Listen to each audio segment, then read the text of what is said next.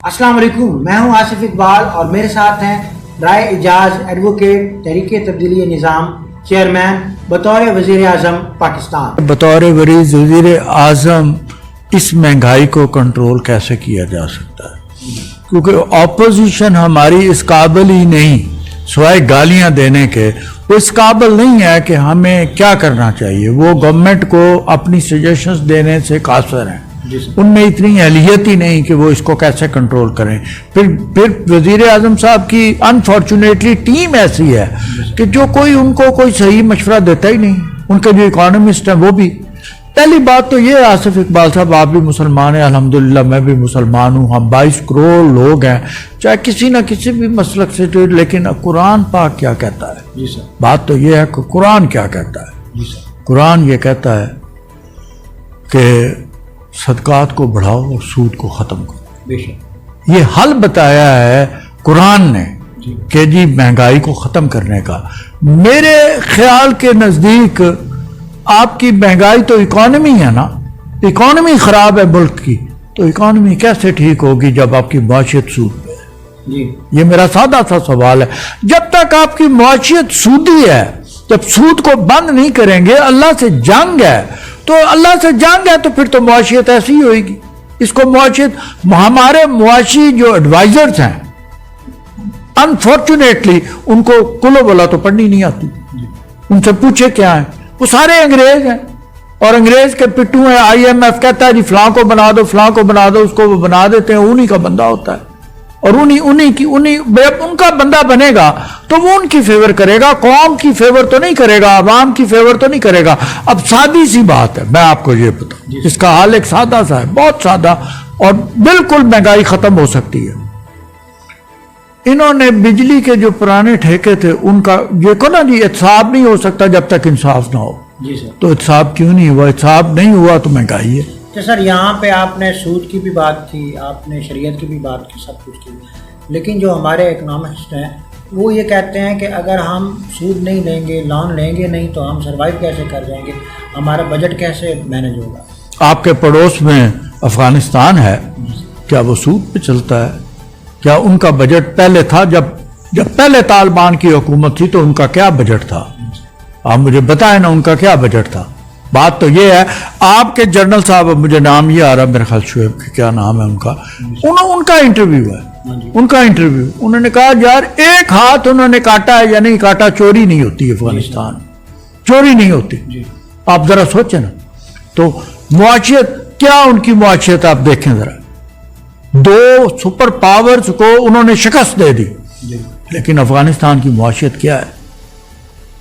آپ وہ خطہ ہیں، آپ یہ دیکھیں پاکستان وہ ملک ہے جو ڈیپسٹ سی سے لے کے highest mountains of the world آپ کے پاس ہے۔ اس کا مطلب جانتے ہیں آپ کے پاس تیل بھی ہے، گیس بھی ہے، آپ کے پاس دنیا کی ہر وہ چیز ہے، ہر وہ مدنیات ہیں، وہ جو کہتے ہیں نا ریئر ایلیمنٹس آف دا ارتھ، وہ جتنے پاکستان میں ہیں کہیں بھی نہیں۔ سر آج کی نشست جو ہے وہ آپ سے سجیشن لینے کی نہیں ہے بلکہ ایکشن کی ہے، کیونکہ بطور وزیر اعظم پاکستان اگر آپ کو اختیارات دے دیے جائیں تو آپ کس طرح سے ملک کو چلائیں گے؟ سب سے پہلے تو دیکھو جی بلدیاتی انتخاب آ رہے ہیں، اگر میں ہوتا نا آج تو میں آرمی چیف کو بلا کے، کیونکہ پرائم منسٹر یہ کر سکتا ہے، آپ فوج طلب کر لیں، میں فوج طلب کرتا اور فوج کو کہتا بھئی یہ اختیار ہے، ملٹری کورٹس لگاؤ اور ان کا احتساب کرو اور ان کو پکڑو۔ جو میں آپ کو بتاؤں، احمد شاہ عبدالی حملہ ہوا دلی پہ، اس وقت وہ رنگیلا ان کا وہ تھا، بادشاہ تھا، اس نے سارے امراء کو اور ان کو بلا کے یہ کہا، کیا کہا کہ پیسے نکالو، دلی کو بچانا ہے، کسی نے کوئی پیسہ نہیں نکالا۔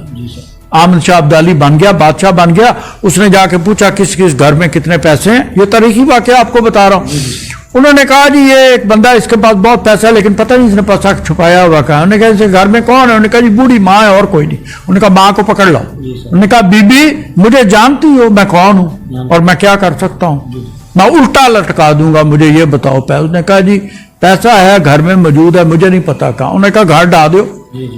وہ گھر گرایا گیا اور ستونوں میں سے سونے کی اینٹیں نکلی۔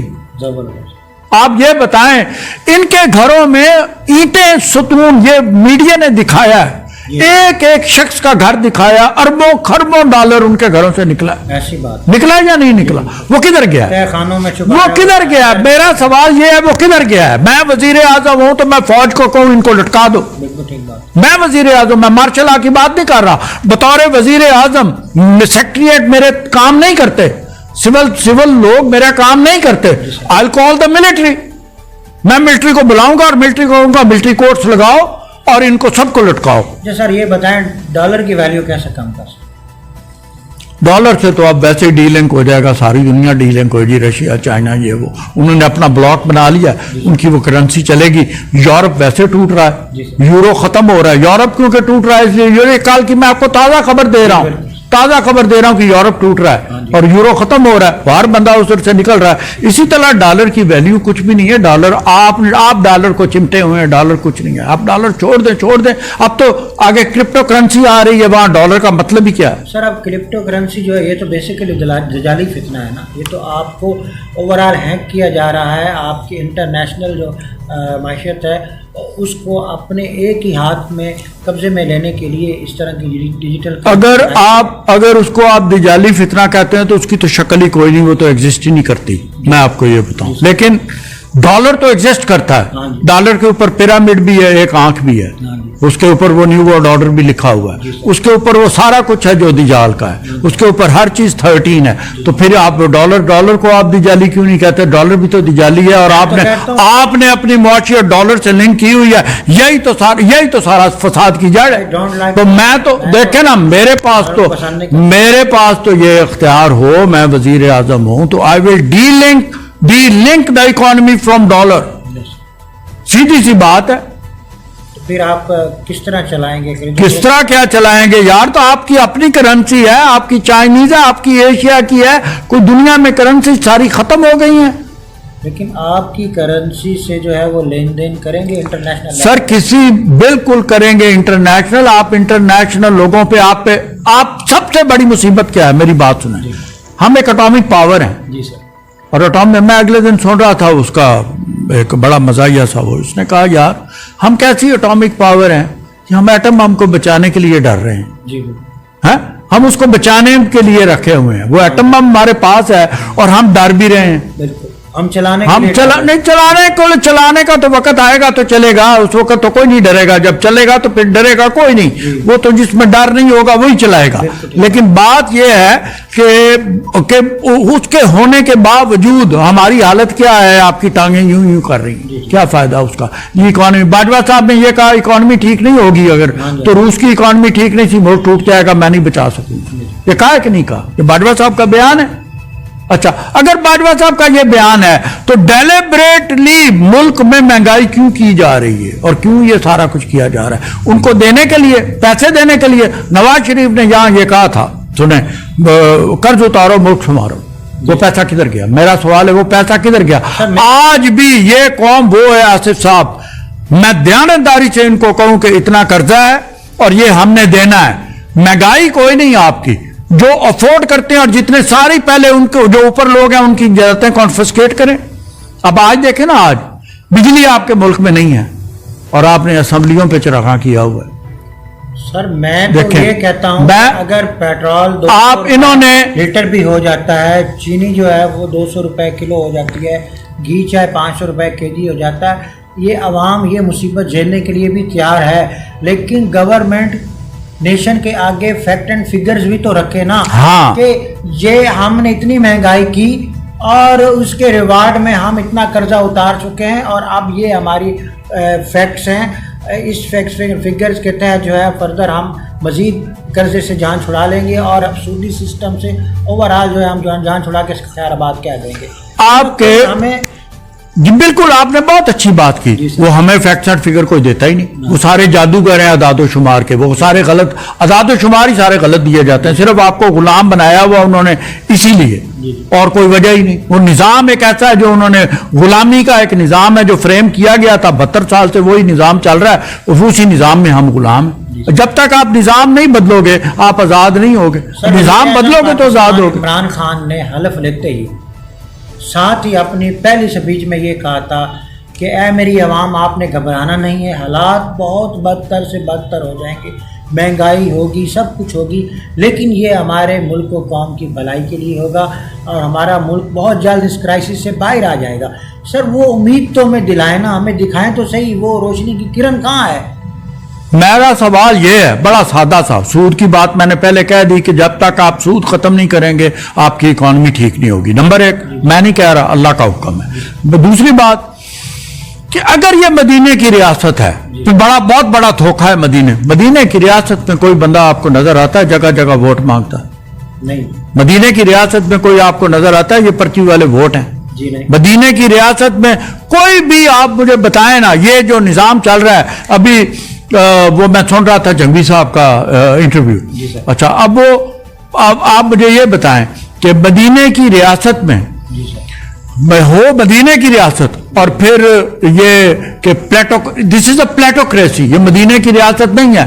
جیسے انہوں نے کہا جی کہ جہاں تو گاڑیاں دیکھتے ہیں, جس کے ساتھ گاڑیاں کتنی ہیں جو ووٹ لینے آتا ہے, گاڑیاں دیکھتا تو وہ کیا ہوا, وہ مدینہ نہ وہ جمہوریت ہے نہ مدینے کی ریاست ہے. مدینے کی ریاست تو بہت مقدس ہے, نام لینا مدینے کی ریاست کا.